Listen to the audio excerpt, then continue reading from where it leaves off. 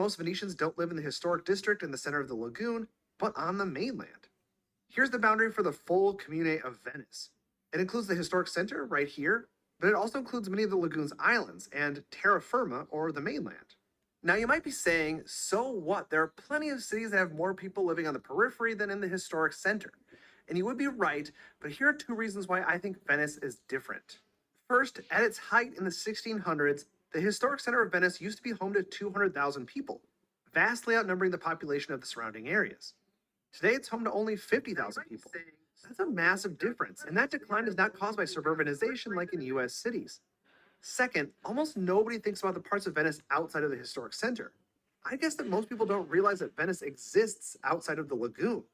Let's rectify that situation and learn more about Greater Venice and how it transformed into a city primarily in the lagoon to one where primarily people live on the mainland after the bike bell. In its prime, Venice was the center of a maritime republic so wealthy that it built buildings like this and this. Venice surrendered to Napoleon in 1797 and became part of the newly formed country of Italy in 1861. Today, Italy is made up of 20 regions, kind of similar to US states or Canadian provinces. Venice is located in Veneto and serves as its capital. Venice is in the metropolitan area known as Patreve for Padua, Treviso, and Venice. Taken together, the metropolitan area has 2.7 million residents. The cities in the region are tightly connected. For example, there are about 100 trains per day between Padua and Venice. The trip takes 29 minutes on a regular train and half that on a high-speed train. Most of these trains from Padua end at Santa Lucia Station in Venice's historic center, but many also stop at Venice Mestra Station, which is just as important to the region's rail network. So in the context of northeastern Italy, historic Venice is definitely a focal point, but it's also just one small section of the larger city of Venice, which is only 10% of the greater Patreve metropolitan area. But like I said in the beginning of the video, it didn't always used to be that way. In the early 1900s, the majority of Venice's population still lived within the historic city. However, since the 50s, the local population of Venice has decreased by 1,200 people per year. And Mestra's population has increased as more and more people who once lived in the historical city have chosen to move to the more affordable mainland. Residents are more likely to find non-tourism professions on the mainland, like in Marghera, which has a large industrial and shipping industry. Now, over 70% of those living in the metropolitan city of Venice live on the mainland, and only about 20% live in the historic city. Those who continue to live in Venice still often have to leave the island to do their day-to-day shopping in Mestra. What happened then? How did the Venice that we all know and love, the center of a maritime republic that was incredibly wealthy, come to be just a smaller, notable section of a larger region? Let's take a step back into history. Throughout its history, most of Venice's economy was based on trade, but Venice also made things. The island of Burano specialized in lace making. Burano became a center for producing fine glasswares. In the past century, that glass-making industry has shrunk in size, mainly due to the fact that cheaper glass items like simple beads and bottles could be industrially produced elsewhere. As a result, only luxury glass products are produced in Murano today. Manufacturing doesn't happen much in Venice anymore, and its role as a trade hub has declined significantly. Beginning in the 20th century, the city put a great emphasis on the preservation of its historic architecture, art, and culture. Initially, this was great economically as it brought in lots of tourists who wanted to experience these amazing attractions. As more and more tourists visited every year, shop owners sold more and cheaper mass-produced souvenirs, diluting the artistry that historically went into prominent crafts and industries like glassmaking. Shopkeepers selling goods to locals just couldn't compete, eventually forcing them to move to the mainland or close entirely. And as those older shops closed, more stores catering to tourists took their place. The reorienting of the city for tourists had an inevitable result: more tourists. The maximum sustainable daily number of tourists in Venice is around 22,500 tourists per day. Yet in 2021, Venice saw up to 80,000 tourists per day in parts of the year. This number of tourists outnumbers locals by almost 2 to 1. Some even call Venice a short-term city, as a majority of its occupants are only passing through the area, soon to be replaced by other tourists. This places a lot of stress on the declining number of remaining locals, who reported extensive hours-long queue times for restaurants, museums, and public transit. It's not uncommon for tourists and locals to butt heads. All of these factors have caused a steep decline in resident comfort since the 1950s, particularly in the last several decades.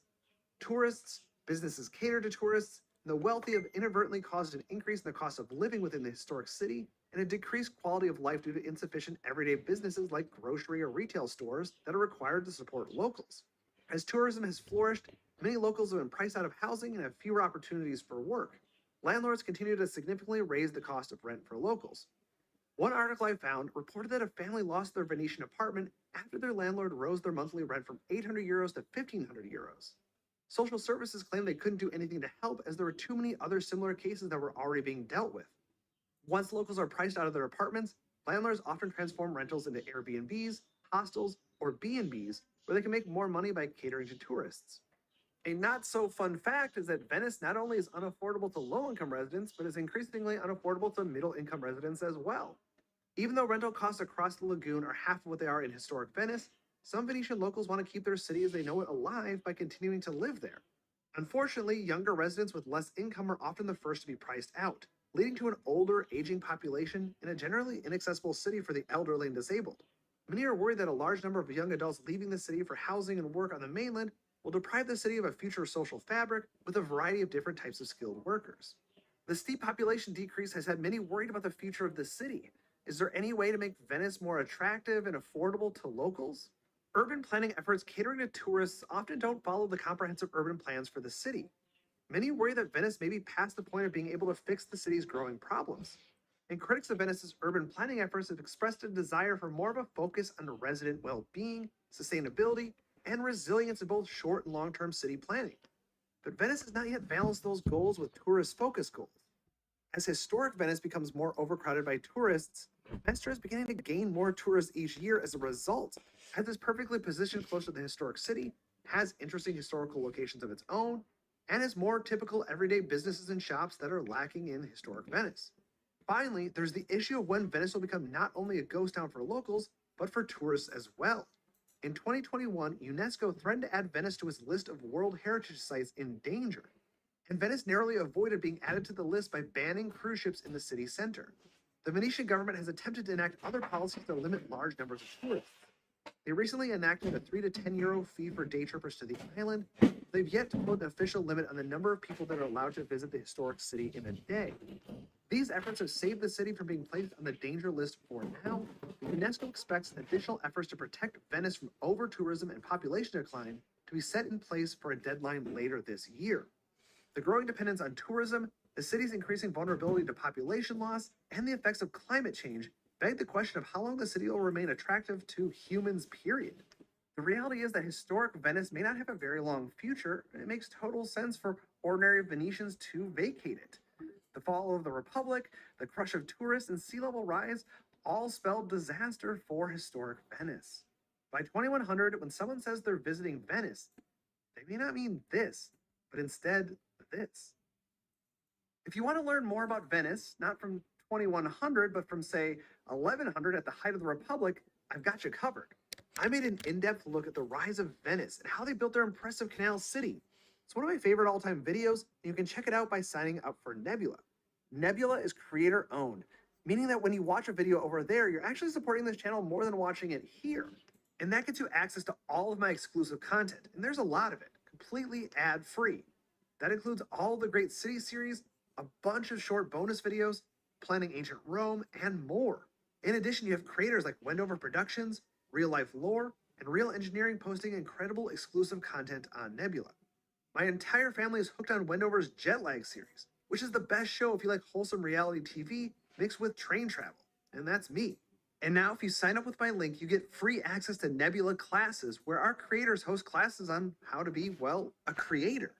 All these classes are taught by the folks here on Nebula, so you can learn how the Friday Checkout makes a video, or how Foreign tells stories, or how Patrick Willems makes movies. Your favorite creators teaching you how to create. Great for aspiring creators or folks who just